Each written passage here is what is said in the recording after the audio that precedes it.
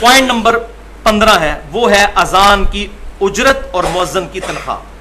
یہ ہے آخری مسئلہ جو کڑوا میں نے اینڈ پہ رکھا ہوا تھا. تو بھائیو، سنن نبی داؤد اور جامعہ ترمذی میں حدیث موجود ہے کہ آپ صلی اللہ علیہ وسلم نے صحیح سند کے ساتھ اذان کی اجرت کے معاملے میں سختی فرمائی ہے، اور آپ صلی اللہ علیہ وسلم نے فرمایا اذان پر اس بندے کو نامزد کرو جو اذان کی اجرت نہ لے،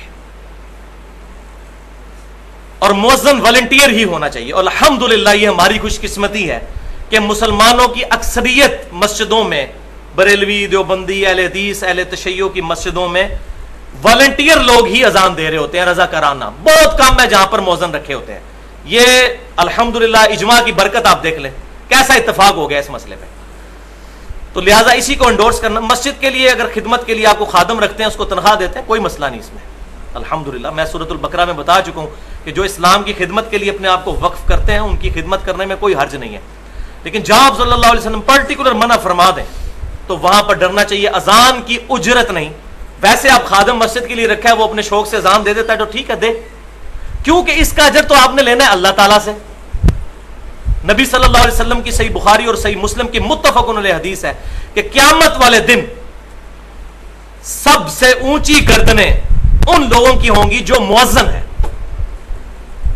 کتنی بڑی فضیلت. اور دوسری فضیلت صحیح بخاری اور صحیح مسلم کی متفق علیہ حدیث ہے، بہت زبردست، کہ آپ صلی اللہ علیہ وسلم نے فرمایا مؤذن جب اذان دیتا ہے تو جہاں جہاں اس کی آواز جاتی ہے جو جن اور انسان اس کی آواز سنتے ہیں، حتیٰ کہ جتنی اور مخلوقات آواز سنتی ہیں، قیامت والے دن اس کی اذان کی گواہی دیں گے. اتنی بڑی فضیلت ایک مؤذن کو مل رہی ہے، چند ٹکوں کی خاطر وہ کیوں خراب کرتا ہے؟ اور ہمارے عموماً ٹریڈیشن میں یوں ہی سمجھا جاتا ہے کہ شاید مؤذن جو ہے نا کوئی تھکڑ سا بندہ ہے جو اس کو اذان کے لیے، بعض اوقات امام مسجد بھی اپنی توہین سمجھتے ہیں کہ اذان نہیں، اذان کوئی اور دے. اذان تو فضیلت والی چیز ہے، شوق سے اذان دینی چاہیے. اور یہ ٹھیکیدار بھی نہیں بن جانا چاہیے. مسجدوں میں کچھ لوگ ٹھیکیدار بنے ہوئے ہیں اذانوں کے، کہ وہ کہتے ہیں ہم نے اذان دینی ہے. یہ بہت بڑا ظلم ہے. ہر مسلمان کو بڑھ چڑھ کر اجازت ہونی چاہیے کہ وہ اذان دے. اس معاملے میں جو ہے وہ سختی سے نہیں، اپنے بھائی کے لیے وہی پسند کرو. بخاری اور مسلم کی متفق علیہ حدیث ہے، تم میں سے اس وقت تک کوئی شخص مومن ہی نہیں ہو سکتا جب تک کہ وہی چیز اپنے بھائی کے لیے پسند نہ کرے جو اپنے لیے پسند کرتا ہے. تو اس میں جو مؤذن حضرات ہیں ان کو اپنا دل گردہ جو ہے ذرا کھلا رکھنا چاہیے. اللہ سے دعا ہے جو حق بات میں نے کہی ہمارے دلوں میں راسخ فرمائے. اگر جذبات میں میرے منہ سے کوئی غلط بات نکل گئی تو اللہ تعالی ہمارے دلوں سے محو کر دے.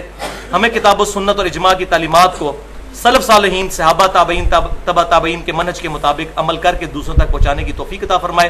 سبحانک اللہم و بحمدک، اشہد ان لا الہ الا انت، استغفرک و اتوب الیک، وما علینا الا البلاغ المبین.